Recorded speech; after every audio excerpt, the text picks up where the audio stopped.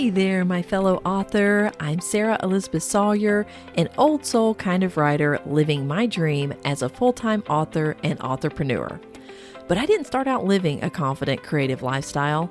I struggled with the fears and the mental and emotional barriers that so often plague writers at all stages of their author career. But the truth is that with the right knowledge, tools, and training, you can overcome those barriers. I'm here to teach you how I've developed a lifestyle that's allowed me to publish 19 books and counting. Each week, as you tune into the Confident Fiction Author podcast, you'll get clarity on the steps you need to take to advance your writing career. Whether it's developing your ideal writing routine, tackling new skills like dictating your fiction, or overcoming the obstacles life throws your way, this podcast will help you live a more confident, creative lifestyle. Let's get started.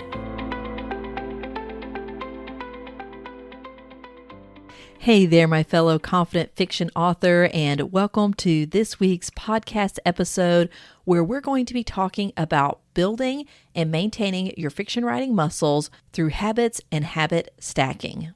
So I've got a question for you. Is one of the roadblocks to your writing career a lack of consistency? Do you feel like you're ready to conquer your writing goals in 2025, or do you already feel overwhelmed?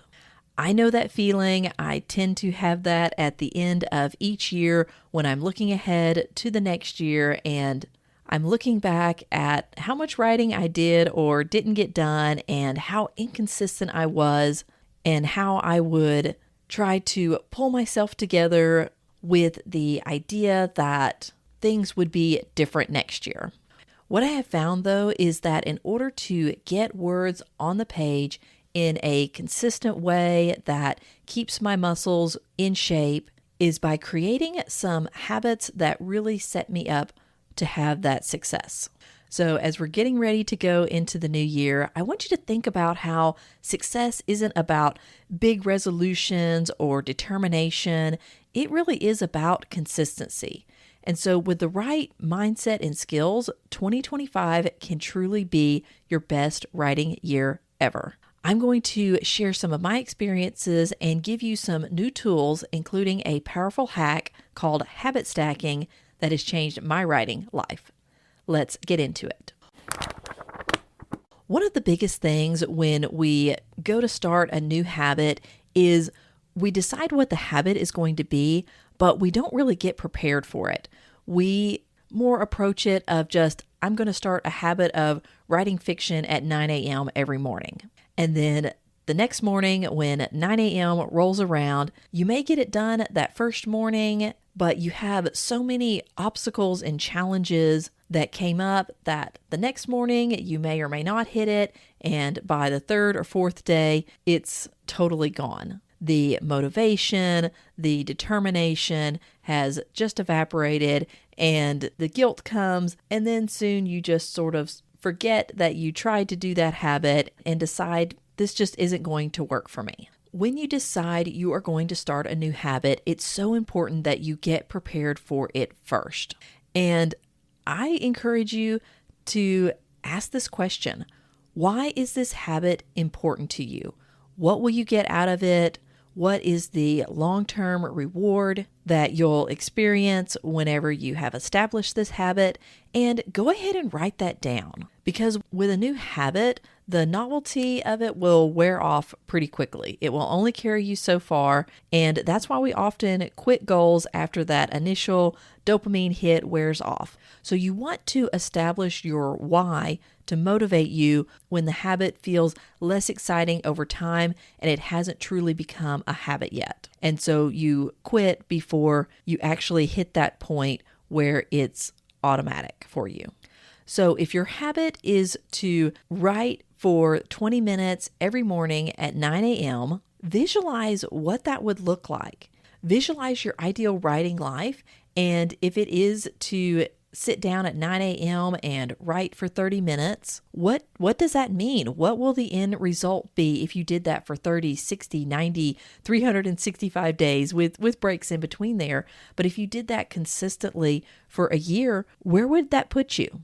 If you can write 250 or 500 words or 2,000 words in that 30 minutes, go ahead and put some math to it and calculate. If you did that 5 days a week, how many words would you have at the end of the month and ultimately at the end of the year? How many books would that be that you've written if you simply establish that habit of writing at 9 a.m. every morning? So visualize that, put some numbers to it, write it down, and keep that wherever it is that you're implementing the new habit. So if it's sitting down at your desk with your laptop to type for 30 minutes, or if it's going out on a walk because maybe you dictate like I do and you're going to dictate during your morning walk, just have that why and that visual close to you so that when the time is coming for you to take action on that habit, you can pull it up and remind yourself of it,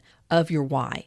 And a great place to put that is in your phone notes. So just have a new note, put the title in bold so that it catches your eye, and make that a part of your habit. Make it a habit to pull up that note, review your why right before you're about to engage in whatever the actual habit is that you're creating. So if it's sitting down at the desk to type, you can pull that note up on your phone and review it to remind you of why it's important that you establish this new habit. Going along with that, you want to prepare mentally, physically, and emotionally. So take inventory of what you need to succeed in this new habit. That may be something as dramatic as purchasing a new laptop because your old one crashes every time you go to pull it up and you have to fight it for 30 minutes just to get to your Microsoft Word or Scrivener, whatever it is that you're writing in. And that time that could have been spent in writing and establishing your new habit is wasted on a device that is just not serving the purpose that you need it to. So make sure you have the good tools that you need to establish that habit so that that doesn't become a point of friction and an issue for you when you sit down to take action on your habit. The other thing is it could be communicating that your goals and that habit to your family and maybe asking your spouse for support by watching the kids during your scheduled writing time. So say it's at 7 in the evening and that is going to be that time that you carve out after dinner and everyone's kind of settled down in the household, that maybe your spouse is doing homework with the kids and that becomes your scheduled writing time, even if it's just 15 minutes, 30 minutes, an hour that you've committed to developing the habit that this is your writing time each day. And that goes along with cutting out another obligation or delegating it to someone else, or just cutting out an activity that will free up the time and mental energy that you need for what you have decided is important in your writing life. That may be cutting out watching the news or a TV show so that you can free up that time and mental energy and space to get your writing done. And that becomes a new habit for you. So as you're preparing to implement this new habit, visualize what it looks like, what it would look like for you to accomplish that habit. What needs to be true in order for you to successfully incorporate this into your life? I think often we have this fantasy idea or ideal of what our writing life would look like or what it would look like to accomplish this specific goal without bringing it down to the concrete and into the reality of what does your life currently look like and what would it realistically take for you to incorporate this new habit into your life. And so be honest with yourself. Be honest with what you can do to prepare to be successful in implementing this habit. Visually go through the time before the habit and during that time and afterwards when you're closing it out to make sure that you are doing everything you can to remove the friction and the barriers that would keep you from not only starting the habit, but sticking with it until it becomes an effortless part of your life. So once you have done some of those preparations, you prepared mentally and emotionally, then you want to set up your time and space for success. Since this is a new habit, put it in your planner, right? So get your planner out, write down your new habit so that it is in your schedule. If you have a large enough planner, this is also a space that you can jot down your why in very simple terms. You can write down, if it is a word count goal that you want to see by the end of the year, you can put down the number of words that you need for that day in order to ultimately achieve that, or the number of books that you'll have written if you are able to cross out or check off this habit each day in your planner. So be sure that it actually fits. Again, look at being realistic and make sure it fits into your schedule each day by carving that out and putting it on your planner. Make sure your workspace is organized, that your laptop isn't buried under papers and books, so that when it comes time to write, if that's the habit that you're establishing, that it's prepared before the time comes to actually sit down and implement your habit.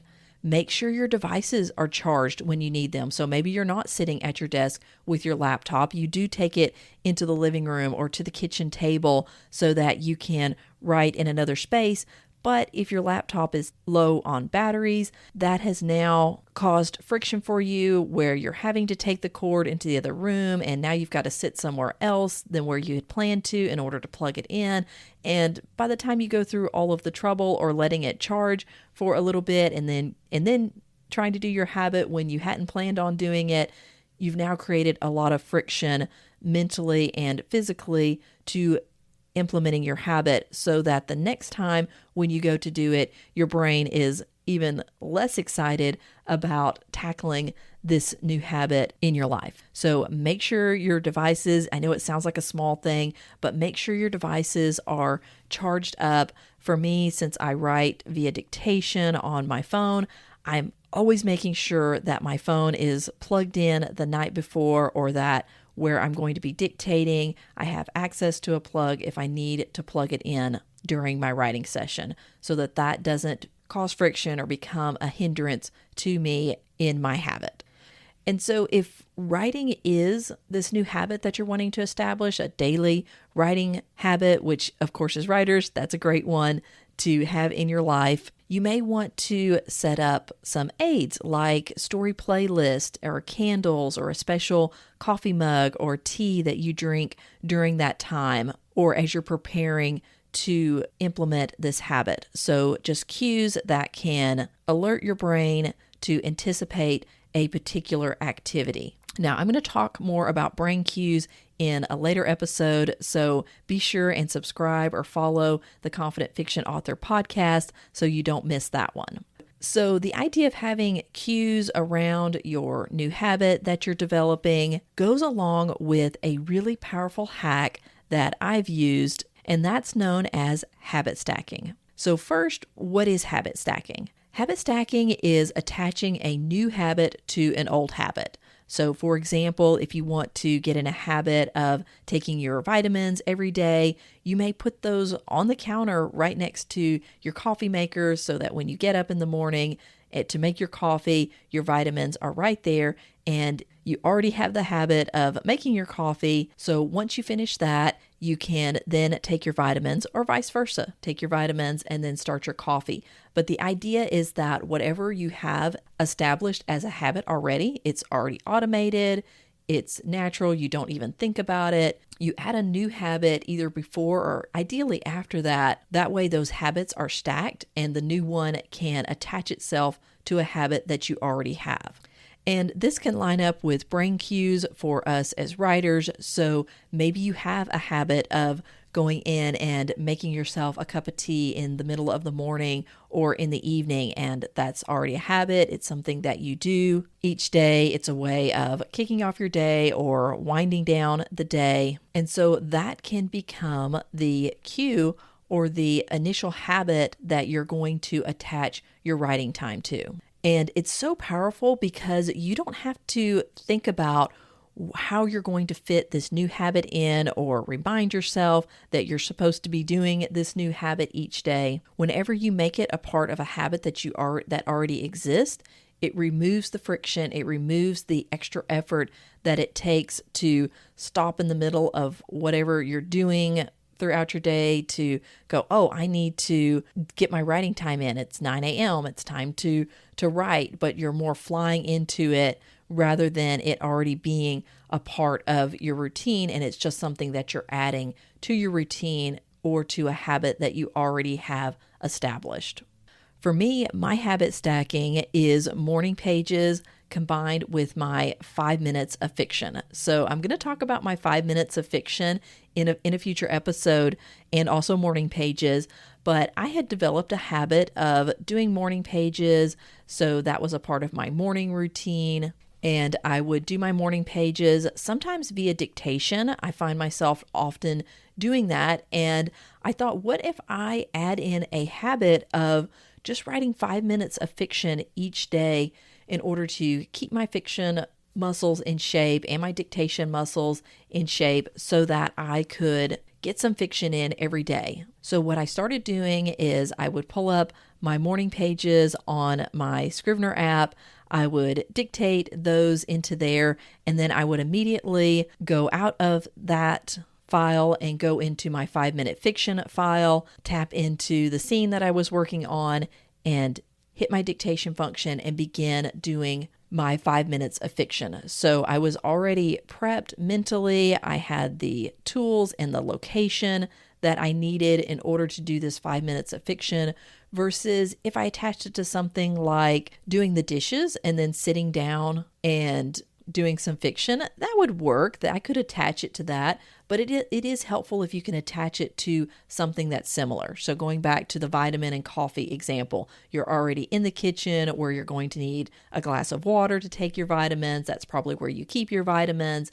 And so it's all there in the same place and setup that you need. So that's another thing with habit stacking, is put it with something that is similar to what it is that you're trying to establish in that new habit. So for me, morning pages and 5 minutes of fiction perfectly complement one another, and it's allowed me to establish that new habit of writing some fiction every day. Let's move into reinforcement. So reinforcement is one of the main ways our brains learn new patterns. It lets our brain know that it's okay and even good to do this new habit, because our brains are very much geared toward survival, the fight or flight mechanism. And if something is creating friction and causing us to use more mental and emotional and physical energy than our brains think we should be doing on that activity, it will resist us doing that activity. And that's something that it's a bit of a different topic for writers and writing resistance, but that is why we often have writer's block or resistance to our writing, is our brains don't see that as a good use of our energy in terms of survival and fight or flight. So we need positive reinforcement in our brains to let us know that this new habit is a good thing, that it's beneficial to you. And that goes back to reviewing your why. If you've written down your why and you're able to review that before your new habit, one, that can be a habit stacking thing, that you're reviewing your why and then you're committing to the action of that habit. And then two, it's reinforcing in a positive way it's letting your brain know that it's okay and even a good thing to do this habit, because look at the good that will come out of it once you have established this habit. And so the why can be that, and it can also be a reward of some kind, that whenever you complete the habit, you give yourself a little reward. It doesn't need to be anything big. It doesn't even need to be physical, although with big milestones, it certainly can be. But we can get that reinforcement in our brain from something as simple as building a chain in a habit tracker. So you can get a habit tracker on your phone and get a chain going with checking off each day whenever you have accomplished that habit. It lets your brain know that you've done a good thing, and it gives you that little dopamine hit. You can also give yourself stickers. It's really surprising how motivating and how fun it is to stick a sticker on a calendar and see that visually build up a chain when you complete the habit each day. It can also be just checking it off the to-do list, or I do a physical planner, so I like to put that on there and then just mark through it that I did it that day. And so think about what you can do to reinforce that habit. Whenever you have successfully achieved it that day. What will you do to celebrate that moment? It may be just giving yourself a fist pump at your desk that you did it, and you get a rush of excitement and joy from completing the habit. Okay, let's talk about setting yourself up for success. So, building good habits is something that we may think of with high achievers, highly successful people, people who are really just more than what we feel like we are. And so, I think with building these habits, we need to give ourselves grace. We need to remember that we are capable of improving ourselves. So I think with building good habits, it's important to give yourself grace and to understand that you're not going to be perfect in this, but every action that you take, you are improving yourself, you're improving your writing life, you're moving yourself closer to that confidence and that ideal writing life that you've envisioned for yourself. We don't improve through self-condemnation or self-loathing and telling ourselves, you failed at building habits before, you're going to fail again. That's the opposite of the positive reinforcement, and it's building more resistance in your brain. So I really want to encourage you to be a good coach to yourself. Cheer yourself on as you're developing new habits.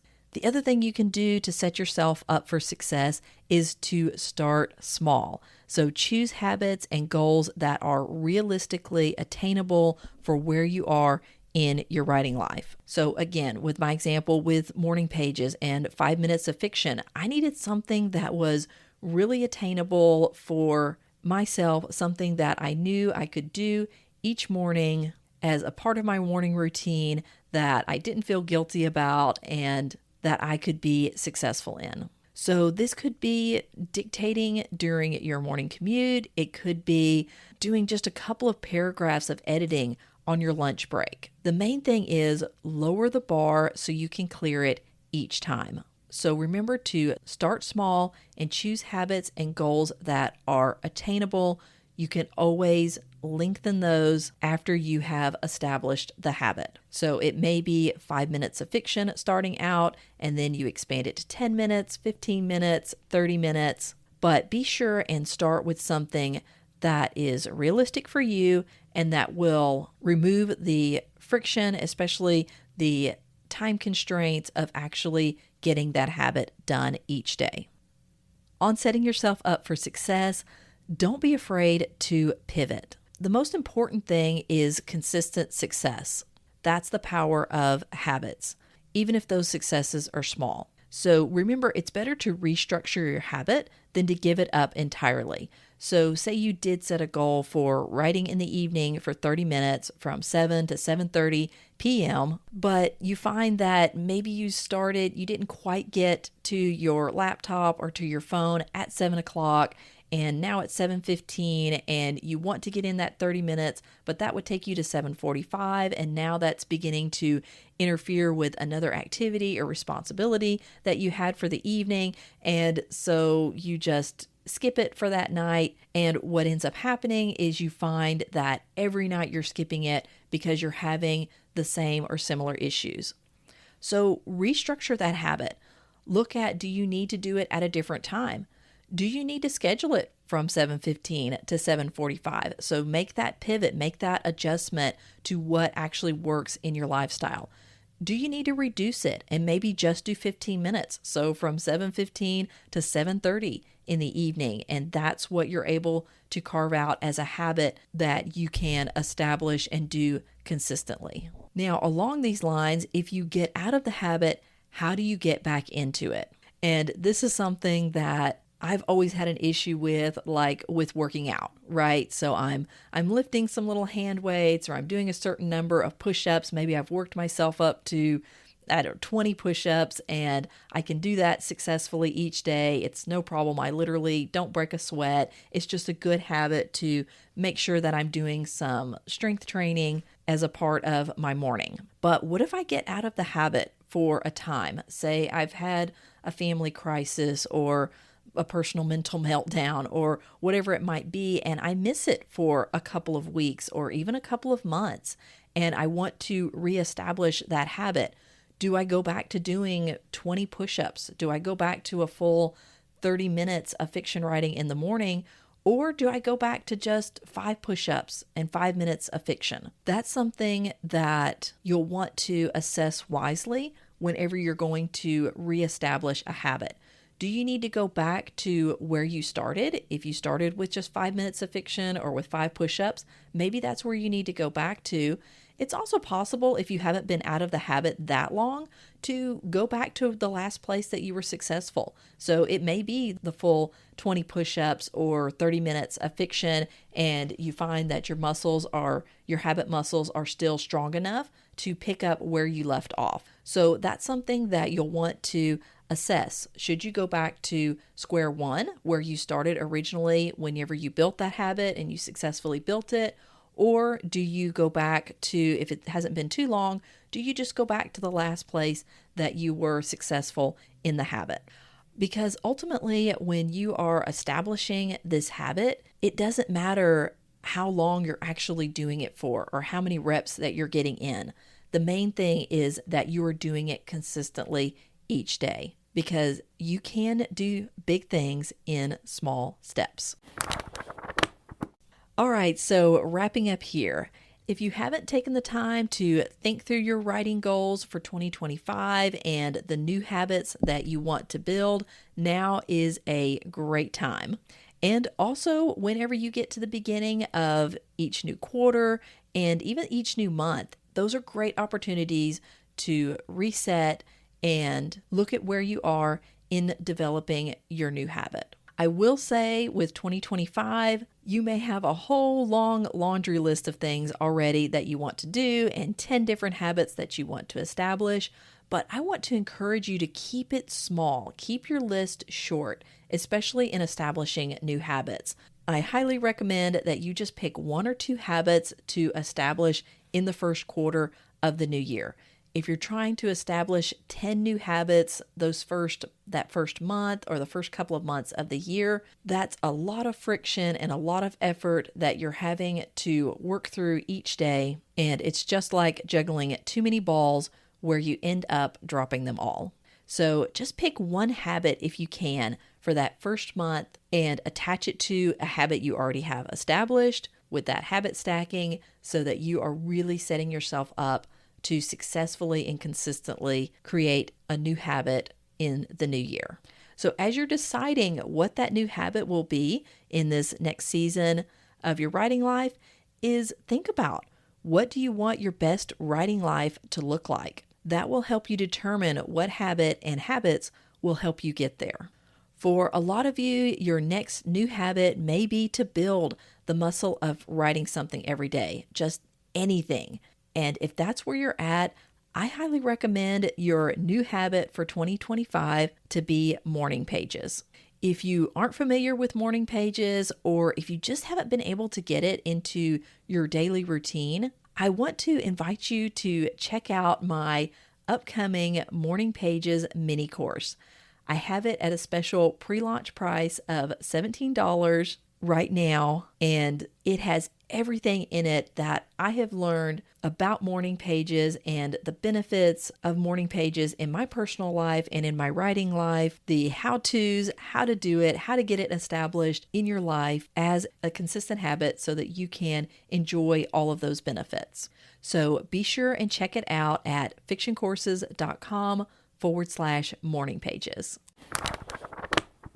And that is all for this episode. I will see you again next week here on the Confident Fiction Author Podcast. Take care.